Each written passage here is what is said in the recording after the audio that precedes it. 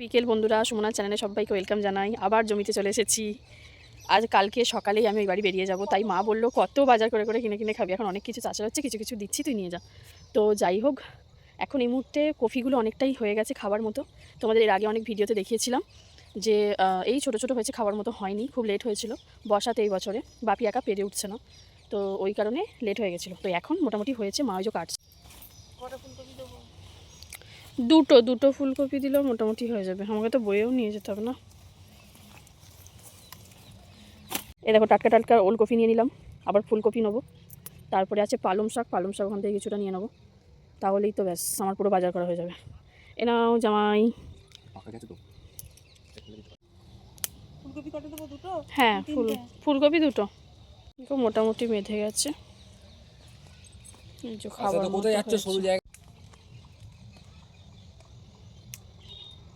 আর ওই সাইডগুলোতে দেখো কফির চারাগুলো এবার একটু বড় বড় হয়েছে, আর মাঝখানটা করে মানে এই জায়গাটা করে আলু দেওয়া আছে, আর ওই দিকটা করে কফি দেওয়া আছে। তুমি কি করছো? আর ওই যে ওখানে মটরশুঁটি হয়েছে, ফুল ধরে গেছে, অল্প পরিমাণে কিছু করাইও হচ্ছে। এখানে দেখো, হ্যাঁ একটা নেবে, একটা একটা এখানে আগ গাছ হয়েছে, শখের আগ গাছ, বাপি 2-4টে বসিয়েছিল অলরেডি, এটা থেকে কেটে নিয়ে গেছিলো, কালকে লক্ষ্মী পুজোতে দেওয়া হয়েছিল 1 জানুয়ারিতে। মূলও রয়েছে, মূলও নিয়ে যাবো বললাম, তাই জন্য মা একটা মূলও উপড়ালো। কী বল, জমি টাকা এই হচ্ছে ব্যাপার স্যাপার, কী ভালো টাটকা টাটকা তোলো আর খাও। আর কি ঠান্ডা পড়েছে বুঝতেই পারছো, জমে যাচ্ছি। আর এই যে সাইডে দেখো কুয়াশা হয়ে ভর্তি হয়ে গেছে, দেখতে ভালো লাগছে, দাঁড়াতে ভালো লাগছে না সত্যি কথা বলতে।